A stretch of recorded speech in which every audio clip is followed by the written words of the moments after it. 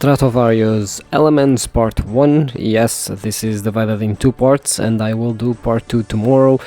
Anyway, this is a power metal album. Power metal is always super fun to listen to, and this album is honestly no different.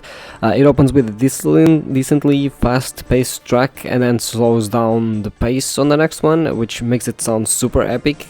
And yeah, that's kind of the bread and butter of power metal. It's either super fast-paced tracks or just epic tracks. The best part of this album, though, is that I think, and honestly, this is something that I don't usually hear people talk about too much when I was researching this, which is the bass. I think it's super underrated. I think it's super groovy. It's always there to sort of set the tone, and it's, I think, my favorite part of the album by far. It's really good, it's really catchy, and you can really see it stand out in certain moments, which to me just highlight the songs and the part of the songs where the bass is usually playing. The singing is actually also super good. It contributes a lot to the epic sense that the tracks have, albeit, sounding a bit more low quality, I guess, due to, the mix or the recording. Like, to a certain degree, the singing is like, you can notice that it's like quality, but it sounds like shit at points. Okay, or maybe not like shit, I guess, but it doesn't sound as clean, I would say, as other bands, and I think it's because of the mix. Because I went to search live performances on this, and the voice there actually just stands out so much more, and you can actually see how clear and how good the voice actually is. You can actually hear the quality in the voice in live performances, which is a bit weird because usually in live performances they actually tend to have worse quality because it's, well, live, so it doesn't have as good of acoustics as, the studio versions usually have. So yeah, I can only assume that's like the mix, I guess, because I can guarantee you the singing is really good, the singing is really epic, and the person singing is really fucking good at singing, right? Like, their voice is really fucking good. Like, if it sounds like shit at points, it's not because of the singer, I guarantee you it's because of the mix. And I can understand, with so many instruments in the mix and everything, it kind of gets muddy at points, and I guess the singing does kind of suffer from it. And then obviously we have the guitars, obviously, which you have plenty of solos, it's pretty much just another thing about power metal is just guitars and solos. It just usually makes the songs sound way more epic, and it gives these, I guess, versatility to the guitars as well, because in a lot of music you don't have really solos anymore, especially in a lot of metal music, you don't really have solos anymore. That's kind of like a lost art almost.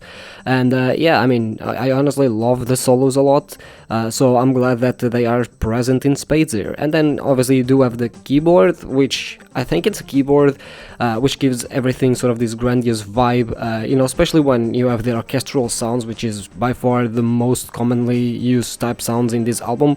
It just truly feels like you are going on an adventure, like on this epic tale of, I don't know, like slaying a dragon or some shit. I don't know, like it just feels that sort of epic tale that you usually hear other people sort of talk about, and this hero retelling their stories type thing.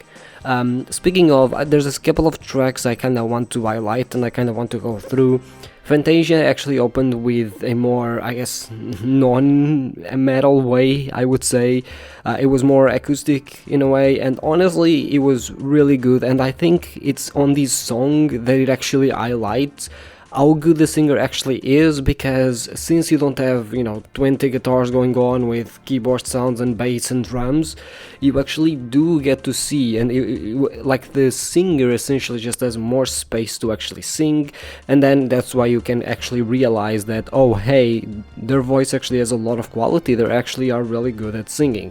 Overall, it was a very fun song. It was a change of pace for the album, but it's definitely a welcomed one, and the one that actually contributed a lot to the feeling of the atmosphere of the album, the story of the album. You then have Stratofortress, which on the other hand actually showcases the classical elements and classical influences that the album has, while also showing that, they're really good at telling a story through sound alone without requiring the lyrics, which is usually what a lot of these bands that have very talented musicians are able to do.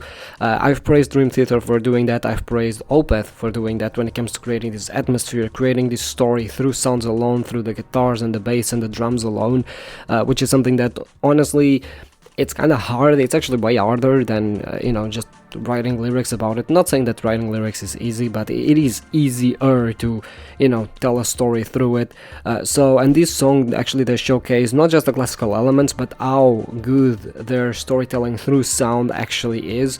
Overall though, this song is more the having fun song of the album. You can clearly see that they were just having fun playing their instruments, more so than them actually wanting to create a song that was a huge contributor to the story or whatever, right? But yes, it does showcase that there's a lot of classical influences in this type of, or in this album more specifically.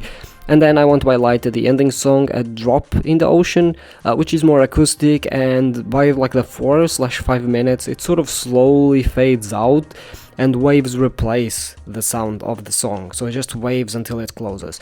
It's a weird choice to end an album, but honestly I think it's a very fitting one, I would say, and I hope this is actually a good transition to part 2, because it actually got me excited. I know I said a few days ago that I didn't actually like gimmicks in albums, but I think that this one is one of the examples where it's actually used well, and it actually fits perfectly when it comes to the song, and I think it ended up enhancing the entire experience of the song, despite the song already being somewhat different from the rest of the album, right? And yes, look, you still have the, long 10-minute plus, epics. Those, I think, are a staple of any musician that knows how to make music, I guess, or is really good at playing an instrument. I think that any band that I've seen that has like really good instrumentalists has at least a song that is like 10 minutes plus, which is honestly something you don't find a lot in pop and stuff like that. So I'm glad that metal is, bringing that and is keeping that up, because it's definitely a staple of the genre, and it's a staple that I enjoy. Sometimes, as I've mentioned yesterday, songs can kind of drag, but at the same time,